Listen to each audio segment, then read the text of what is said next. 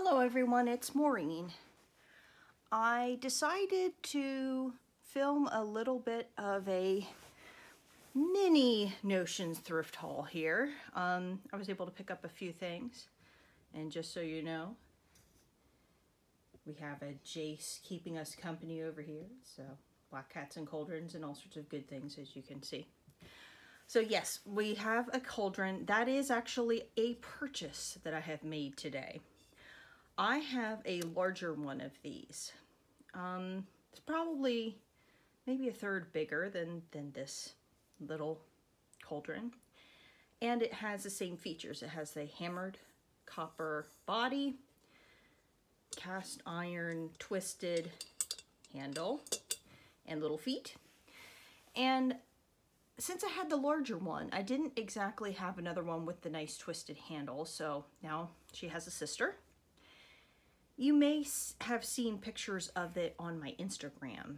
If you look, it's a couple months back at least. I had taken pictures of my little cauldrons that I have. My mom used to collect teapots. Well, I collect little copper cauldrons because they are the cutest.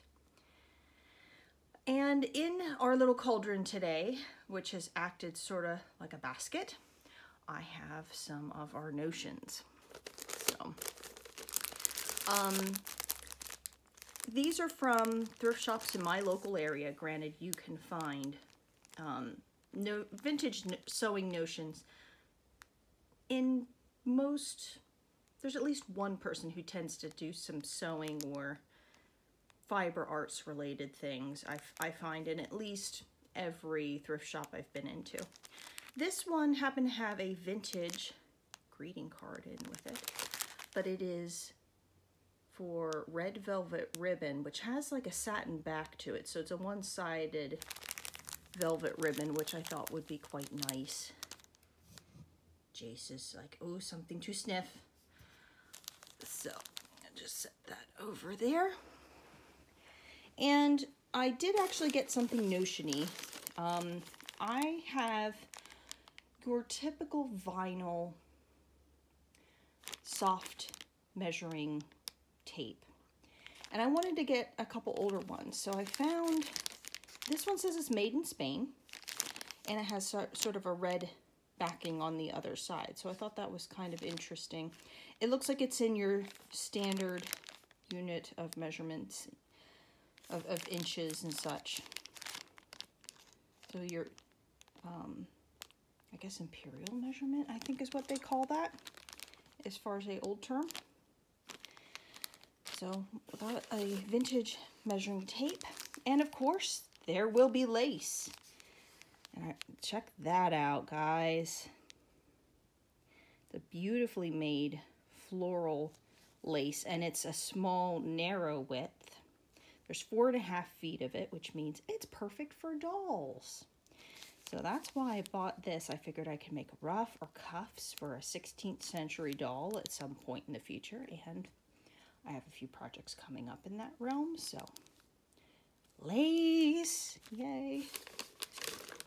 And on the same vine, another kind of lace as well. I thought this one was a little bit not as fancy as the other, but would make a really great ruff if you just wanted to do sort of a ruff of some form, or an edging on a garment.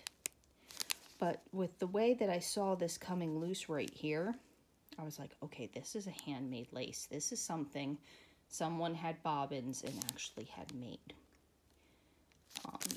It's unusual to run into, but sometimes you do run into actual bobbin lace.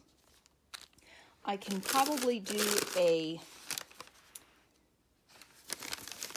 test. If I wanted to do a burn test, I mean, I could, but I don't know if I'm going to. So in the paper bag, we have a few more things. So, set that back there. And on the lace thread, check that out. Now this says that there's 19 inches of it.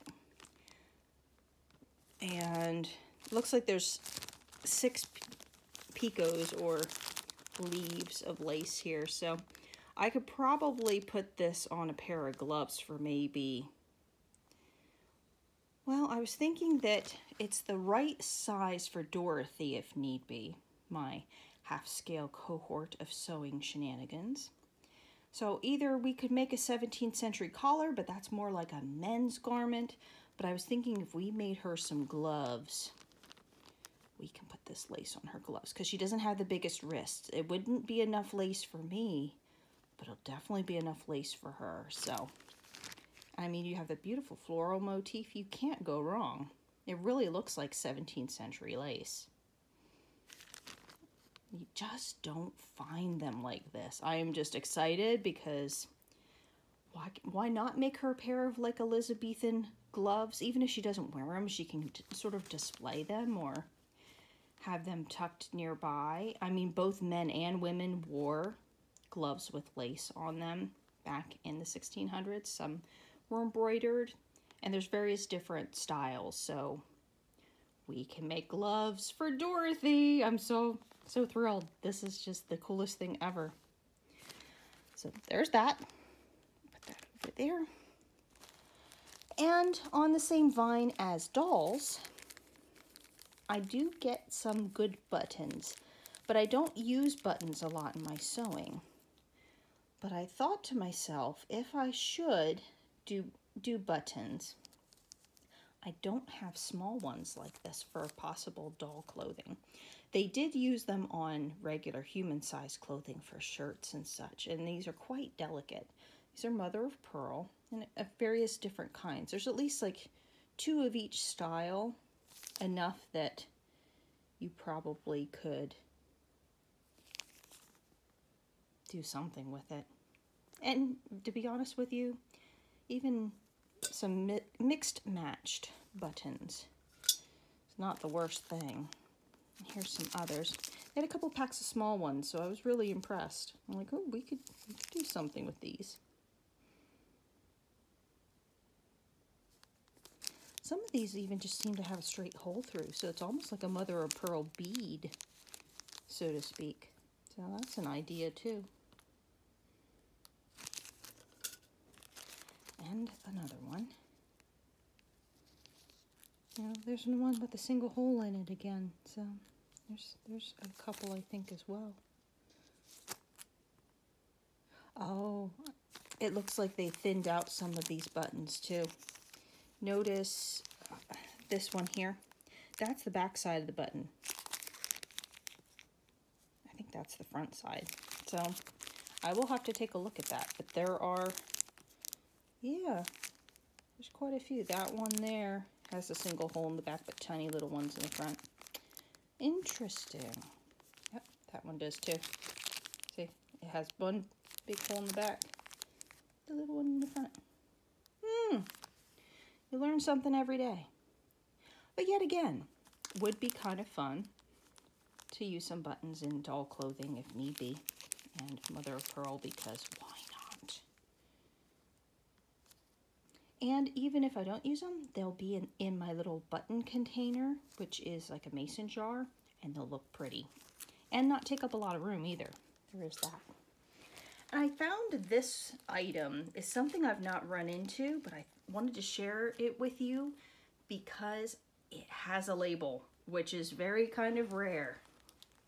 So, it says, finest quality feather stitch braid, assorted 6140, warranted 4 yards, and then it says Germany underneath.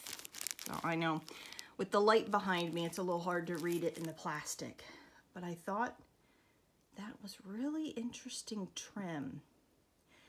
And even though it's probably something more from the 1900s or 1920s for shirts and such, I thought with this feather braid, I'm going to look up what it was used for. But also, I wanted to see if maybe I could end up using it, possibly for some trim on Dorothy's shirts or such. It's sort of that tea-stained color right now. It's yellowed. So I'm not sure of its exact strength as far as use at this point. There we go. There gives you a good view of the label. But I love when I can find notions that have labels, just for the sake that, well, this normally goes away, it disappears. So when I can find something with the label, and like I have a few books of needles that came in with my treadle table. You know, I try to keep the needles in the books and things like that. But it's just nice to kind of have these vintage notions. Yes, you can use them, and it is kind of neat if you can. But in the same right, it's just neat to find it because stuff like this is kind of disappearing.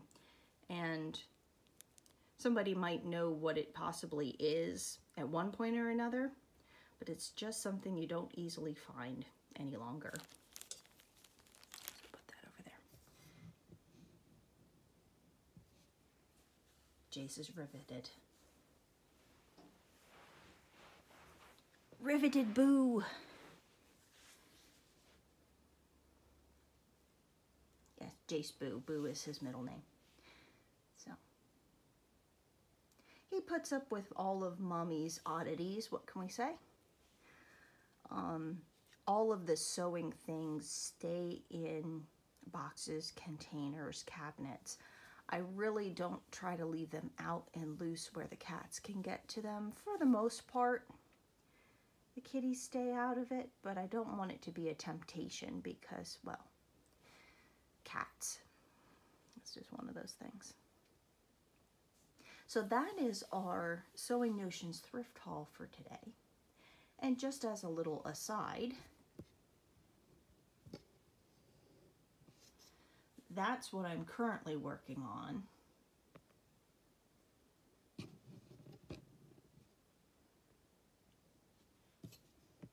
see if we can, here it is. That is my yarn bowl, and I use it not just for like knitting or crochet, but I actually use it for loose it, because I can put my ball in there and then loose it up some cord. So we can't get any closer than that, but besides the stack of movies there. Making some lucite cord that happens to be out of silk. I just completed some black, and over the past few months I've finished blue and green. So I'm going to finish up the white here hopefully this next month of May, and then move on to another color. So with all the lucite cord that I'm making, it's great for drawstrings and ties on shirts and clothing, but I also use it for doll making too, as possible trim on dresses since it's smaller. It gives me some options also as a base for some of the lace too. So there's a lot sort of going on there. Besides feline shenanigans and sewing awesomeness. Well, this is Maureen signing off for now. If you have any questions, please leave them in the comments. I'm more than happy to help out with anything that you have questions about on this thrift haul, or even in the past thrift hauls as well. But I will talk to you soon. Bye.